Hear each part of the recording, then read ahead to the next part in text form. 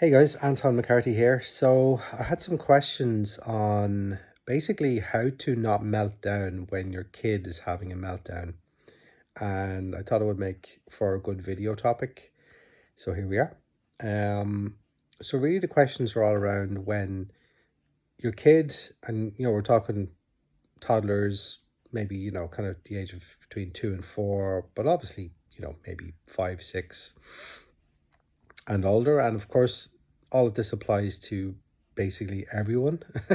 If you're human, if you're a person, this applies to you, I would say, because it's all universal. But the questions were along the line of, my kid doesn't want to go up for a bath. He doesn't want to get out of the car, he or she. He doesn't want to get out of the car.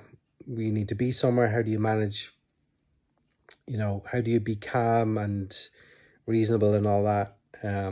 When you need to be somewhere, or if there's a safety concern, kids pulling stuff out of drawers or they're pulling stuff down from a shelf or something like that. They're just maybe resisting going for a bath, going to bed, etc., etc. So how do you manage all that? And the person was asking, how do you? They were coming at it from the perspective of control. So how do you control your kid's behavior? How do you manage it? And I was saying that really control, coming at it from the perspective of controlling and managing, is maybe not the place to look. And it's really about zooming out. And that's what I want to talk about. So it's about zooming out from the situation or from a particular scenario or a particular behavior and asking yourself what's actually going on. So if you think about it, really what we're talking about here is someone's internal state, their internal emotional state. And that goes for both the parent and the child. And what you've got is almost like, a tug of war. So it's almost like the kid's pulling on one side and the adult's pulling on one side. So what you've got is an internal state and you've got preferences. So the adult has a preference for the kid doing what they feel they should be doing, or what the parent wants them to do.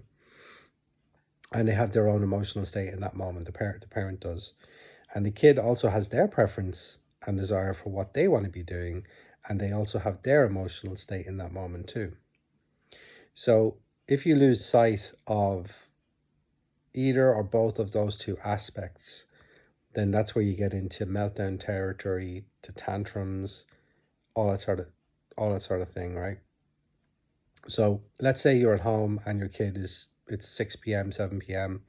You want to bring the kid up to bath and they're just stomping their feet and they're saying, no, no, don't want to do it, don't want to do it, and etc., etc. The first thing I would do is really just ground myself and just look at, okay, what is actually going on for my child right now? What's actually going on in their head, in their emotional state? And my preference is for us to move now. So it might be the case that we do need to go to bath right now, otherwise you wouldn't be bringing it up probably. But look at your own preferences. Could you give it another 10 minutes, or does it need to be now? And look at your emotional state. So I'm actually wound up, I'm very tired. Give yourself a bit of a pause. Just allow yourself, just even acknowledge and notice that, I'm actually wound up right now. I'm tired, I'm frazzled, etc. And also look to your kid. So what's going on for them? They're feeling whatever they're feeling. They might be feeling that their play has been cut short, that they only got home an hour ago from daycare or from the grandparents or whatever, or from school. So really it's about looking towards their emotional state in that moment and explaining, this is what we need, this is what we're going to do now and why we need to do it. But also asking, like, what's going on for you? Why do you feel that you don't want to go to bath? What's happening for you right now? Use your words. Something that we would always have used, we always did use as parents, was if our kid was getting very upset, crying, maybe getting into a tantrum, we would, and they were just not really communicating, we would say, use your words, use your words. And that would actually do something. It would sort of break things a little bit, break things up. It would just kind of give a little bit of pause there. And you could see she would be thinking, and then she'd start talking. So it would move away from, it would break that spell almost of like being caught up in those feelings. And it was just a way for her to start to collect what she was feeling, collect the words around, you know, to be able to voice how she was feeling. And it made a big difference.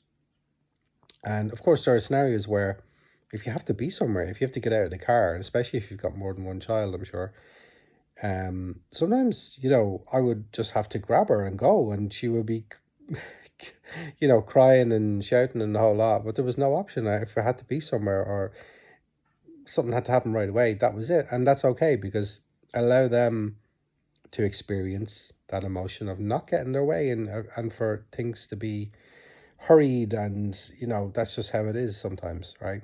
And that's okay, and you can be with them when they're going through that storm, going through that emotional storm.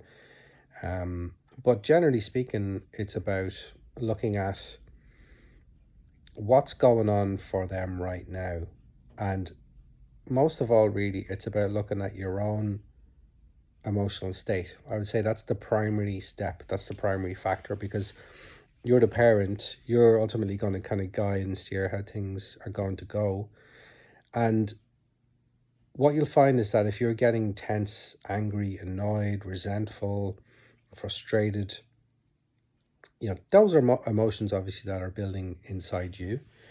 And what tends to happen for most people is that they will resist that. They will resist those emotions.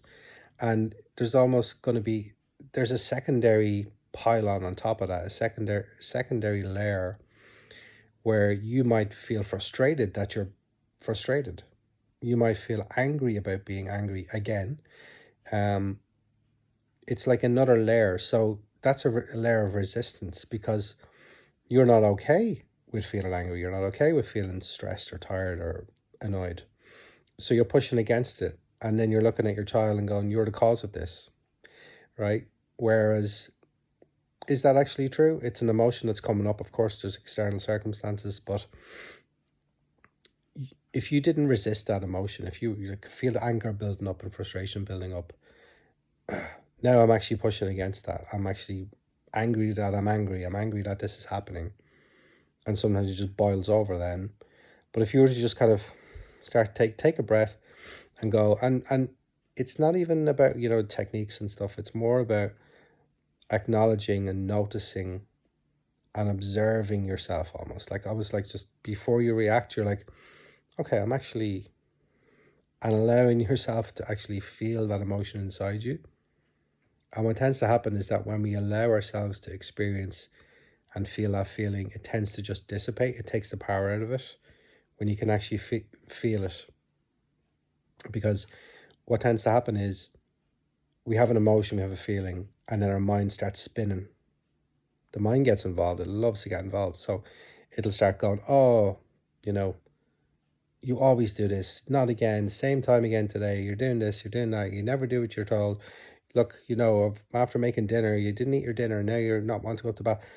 All of this is like a dialogue. It's a dialogue that's going on, and it's the mind getting involved, and the mind getting involved with the emotions, and obviously it just creates a storm.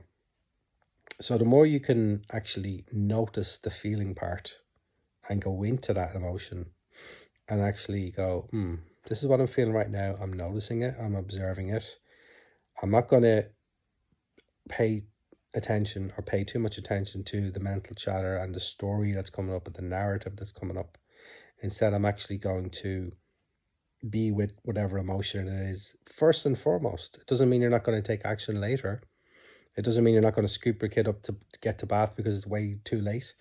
But it's primarily, first and foremost, you're going to be more able to tackle whatever's going on if you can tune in to your emotion first, if you can actually take stock of what's happening, if you can actually feel whatever's coming up.